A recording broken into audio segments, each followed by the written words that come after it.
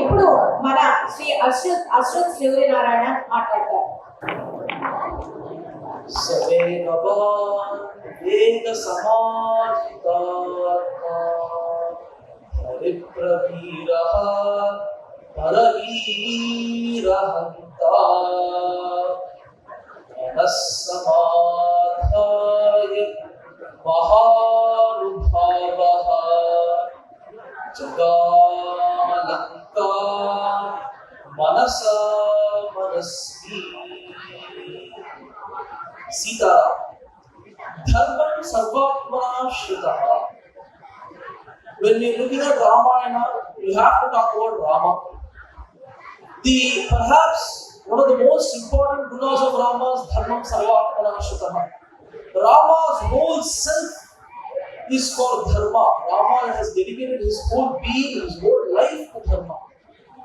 That is not just Rama's guna, that is Valmiki Ramayana's guna as well. Valmiki Ramayana, every page, every shloka, every word is dedicated to Dharma. When we read Valmiki Ramayana, we are experiencing the story with the purpose of learning that Dharma. The intention, the Tatparya of Valmiki Ramayana is to live like Rama, is to be in Dharma like Rama, is to learn from the characters of Ramayana how to be in Dharma. After all, it is a Shastra that is for our life. So, naturally, we must examine the characters of Valmiki Ramayana in order to understand how to better live our lives. When we look at the characters of Ramayana, one very important thing is how they make decisions. In Ramayana, there are certain things that seem impossible to us. Crossing the ocean, going to the forest without even a second thought, searching for Sita Devi in the middle of a populated city with no direction, nothing at all. But these characters, when faced with these, they go through these impossible tasks with unimaginable speed, but at the same time, steady composure. There is an existence of calmness with the speed in which they execute their tasks, in which they execute their decisions. And so, I want to talk about how characters in Ramayana synthesize the speed and calmness in order to achieve the impossible, in order to move forward, in order to do Dharma. Let us begin. When you're looking at these characters in Ramayana, there's a general pattern that you'll see. So, Muhurta Nivadhyatva, Chintayamasamanaha, Dharayan Manasadakam. They all have a second when they recede into their inner selves. They take a second, calm their minds. After they calm their minds, Manas Samadhaya Mahanubhavaha. After they calm their minds, they able to speak Savegama, Vega Samadhita. And after that calming and that speed, the task happens, crossing the ocean. Jigamana, Kam, Manasamas. And so, we're going to examine that. How can we calm our minds? How does this process occur? That is the question I want to first start with. Then I want to go into how can that help us. So, when I started this, the first shloka that I saw was an Ramayana. Tattato hivarashrestha buddhya samanuchintaya buddhya yukta mahapragya vijananti shubha shubhe. It's an interesting shloka. Lakshmana was talking to Rama. Rama was searching for Sita. He searches everywhere. Rama cannot find Sita in the Purnakutira in Panchavati. He runs around the near shore directions. He searches for clues. Rama finds the flowers planted by Ravana when he abducts Sita. Rama goes even further. He keeps on searching. He exhausts every available option. He comes to the point where he finds Ravana's Ratha that is broken after the fight with Jatayu. Everything is strewn around. There is no other clue left. There is no way to find Sita. At that point, the frustration and sadness that Rama has turns into anger. He becomes like the fire at the dissolution of the world. He plans to destroy the whole world. He says, if nobody can return Sita to me now, as she was when I saw her last, I will destroy this whole world. I will burn this whole world. He's about to go on a rampage. At that point, Lakshmana consoles Rama. He reminds Rama. Tattato hi narashreshta buddhya samanuchintaya. Narashreshta me Rama buddhya samanuchintaya. second, Samanuchintaya, with your discriminative intelligence, with your viveka, think, contemplate, Samanuchintaya, Anuchintaya, contemplate again and again, Anu. In that way only Mahapragya, that only great people like you, Vijanati Shubha Shubha, understand what is needed to be done and what is not needed to be done. Buddhya Samuchintaya. And so, the first thing we see is Anuchintana. Again and again, contemplate. That is the first thing. When we're faced with something of this magnitude, the first thing we need to do is to retreat, take a second, pause, and then think. Receive slowly contemplating. And through that, we go further in these tasks. Now, when I was reading this, something else came to my mind as well. Something that we see in neuroscience and psychology. It's a concept that is very much associated with sports, with flow. It's known as interoception. It is this phenomenon. Samanuchintana is interoception. The ability to receive, look at one's mind, look at one's body, and then look at everything. We have something known as homeostasis in biology, where our biology sort of gives us an awareness of everything that is going on in our body, from every cell. Then there's also changes in these cells. So starting from there, building up, and then slowly getting to the mind, this sort of awareness that is created by the brain itself is known as interoception. Internal perception, perceiving our own self. It's very interesting. There is regions for this phenomenon in the brain. We call it the anterior cingulate cortex, whatever you want to call it. And it keeps on going. There's so many interesting things in it. It's associated with emotional regulation. That's very interesting. Sustained attention. The ability to perceive oneself comes from regulating your emotions, comes from keeping attention in one place. Now, when I'm saying all of this, for some of you who have struck, you've heard all of this somewhere before. And the thing is, this interoception is a sadhana for us in Sanatana. Like I said, Ramayana exists to explain dharma. Vedokino dharma mula. You heard it before. And it's in the Vedas as well. This is coming as eternal Sanatana dharma. Dhiyo yona prachodayate. The very Gayatri mantra is an upasana that is interoception. We are looking at our thoughts in our mind. We are figuring out from where it comes. Dhiya yaha naha prachodayate. That Aditya, that Surya, that self, which is giving out these thoughts. We are focusing on these thoughts, slowly coming back to where is it coming from. In this way, we should be doing Gayatri Japa, doing Sankhya.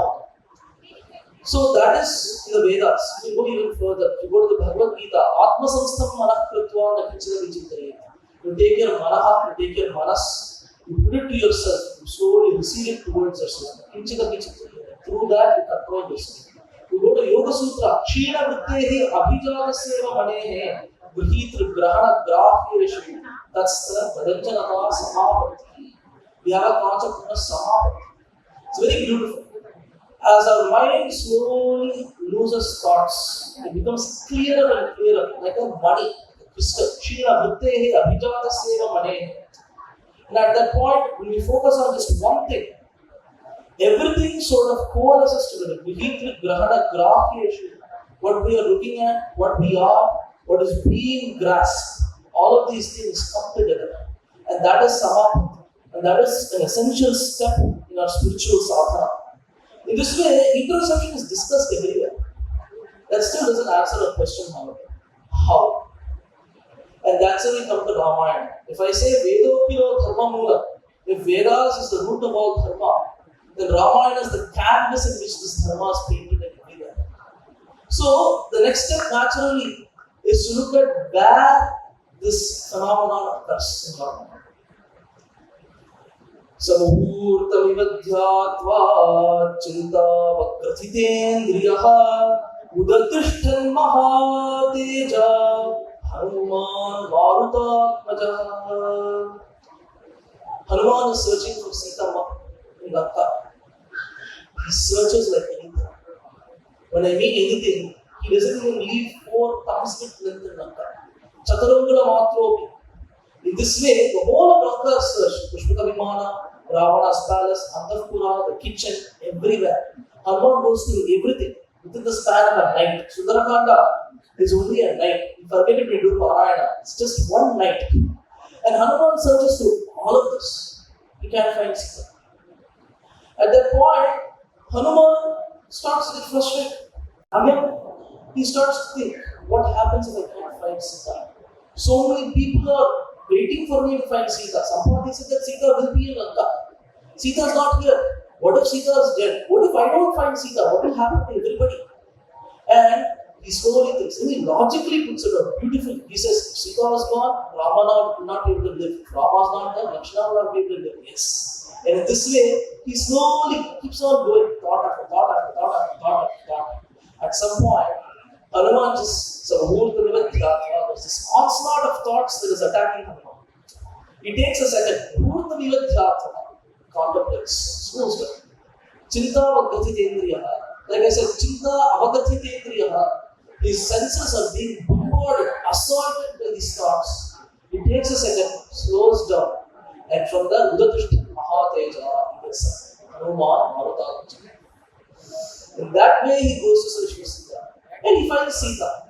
This is also very interesting. He focuses, and then he defocuses. Takes 1 second. And then inside us. It's something that we can learn also. We'll be doing something very intently, very hard. It'll be something that we've sat down for hours together, banging our head on a desk or something. Then we'll get up and go for a walk. Maybe go to the terrace outside and see something expand. And all of a sudden, what we couldn't do for 5 hours will come in 2 minutes. Right? In the same way, Hanuman is also able to do that by just receding internally, coming back, going inside in that way. Chinta Vagathi Dendriyaha. In this way, Hanuman's search for Sita became fruitful. Now, when you look at this, I cannot be remiss. I have to go back to Rama. It's about Rama. Dharayan Manasa Dukha. Again, Rama is also like this.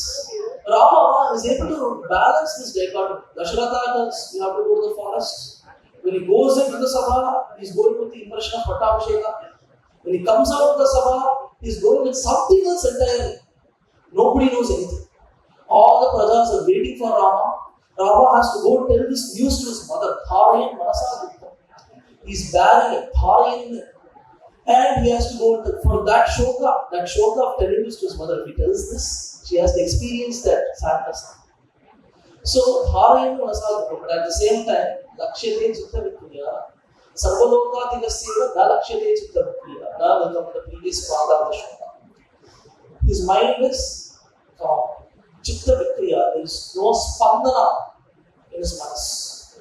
In that way, he's going. He's able to take this dharayan Manasa Dukha. He bears this shoka. He recedes internally. He calms himself. And without any hesitation, bearing that sadness, balancing everything, he goes forward. It shows Rama as a human being. It's not that we should not feel sadness. We can feel. We can feel stressed. It is about trying to calm ourselves, control our thoughts. And that's what Rama perfectly exhibits. Now back to Hanuman. Hanuman doesn't only show this here. Everywhere we go, Hanuman is relaxed. Hanuman is Vishwantaha. Hanuman is relaxed. Where is he relaxed? Sita was crying for Rama. She is in separation of Rama, Ashoka Vatika. The Rakshasis have been told, telling her various cruel things.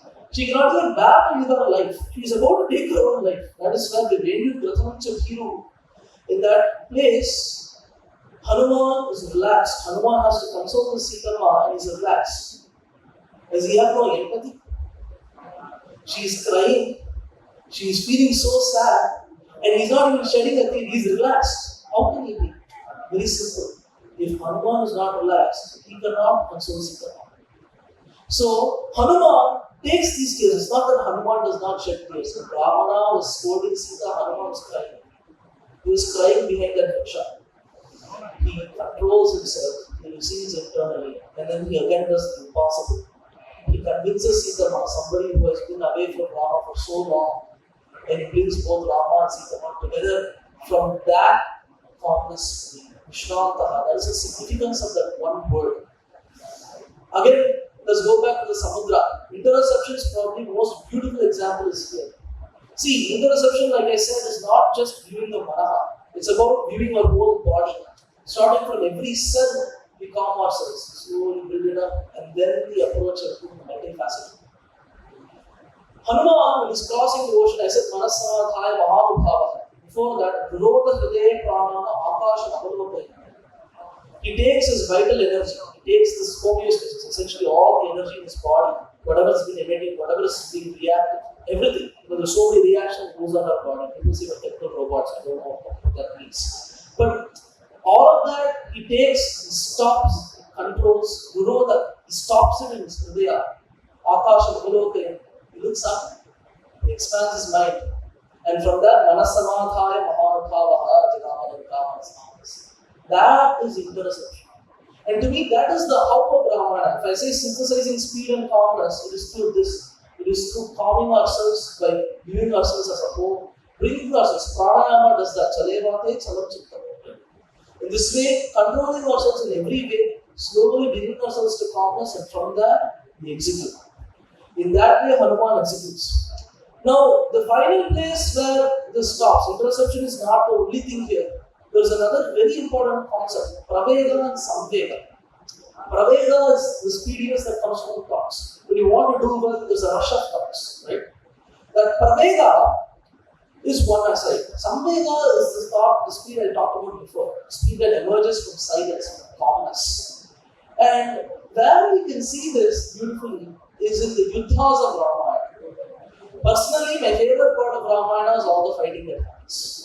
I don't know about anything else, but when I do Parayana, Yuddha Kanda, and Sundara Kanda, I love to see the fighting scenes just because there's so many interesting things that happen there that we might miss real soon. When we look at Hanuman, again, in Sundara Kanda, he fights with Akshakumar. Iti pravegam tu parasya tarkayan swakarma yogam cha vidhaya viryavan chakara vegam tu mahabalastada Madhim cha chakresya badhe mahakapihi. Akshakumara is an excellent poet.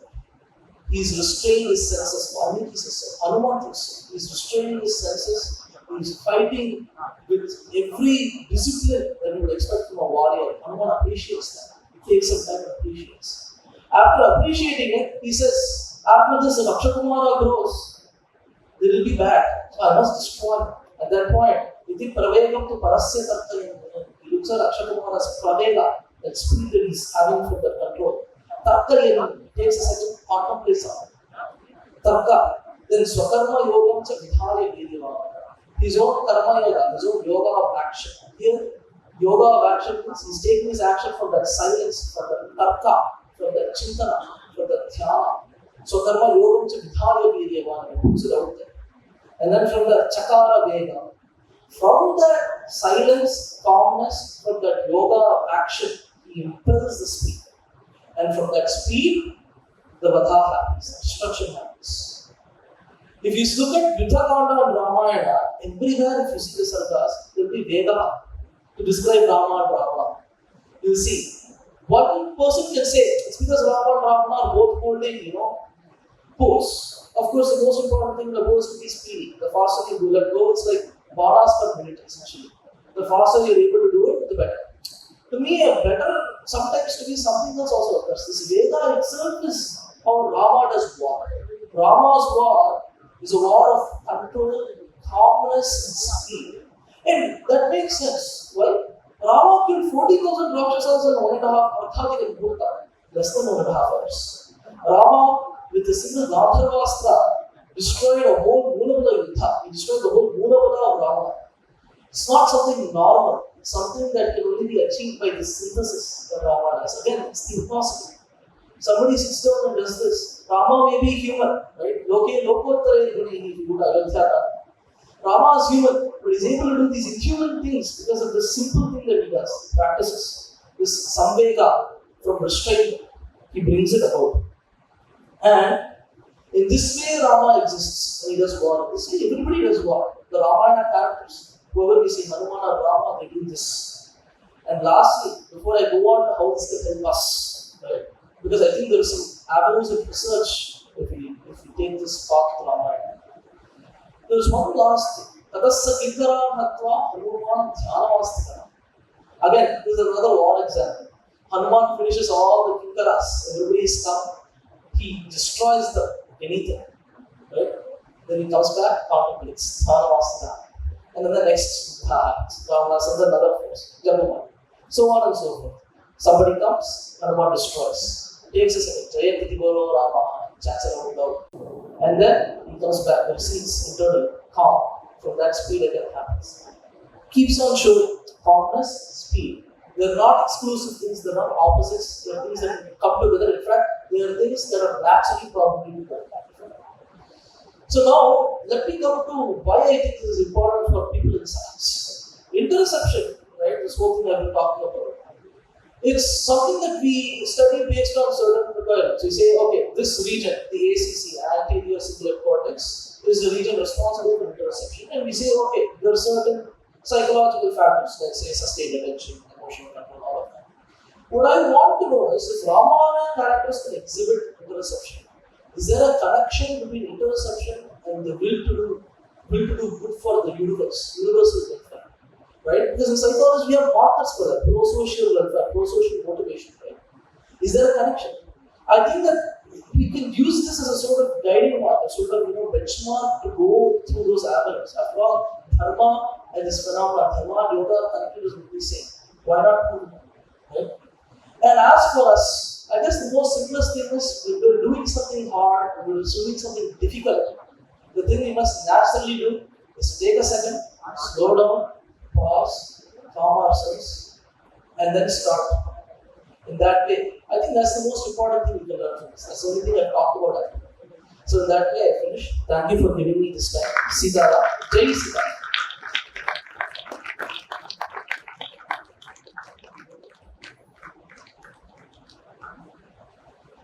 Excellent speech.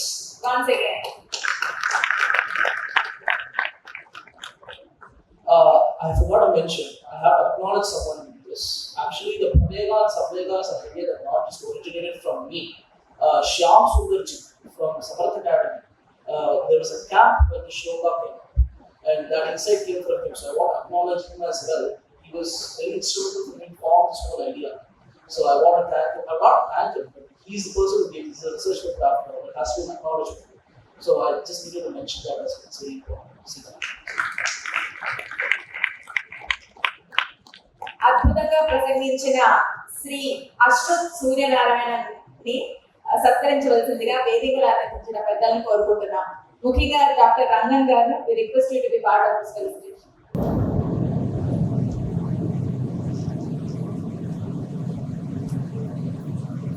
Jai Sriram.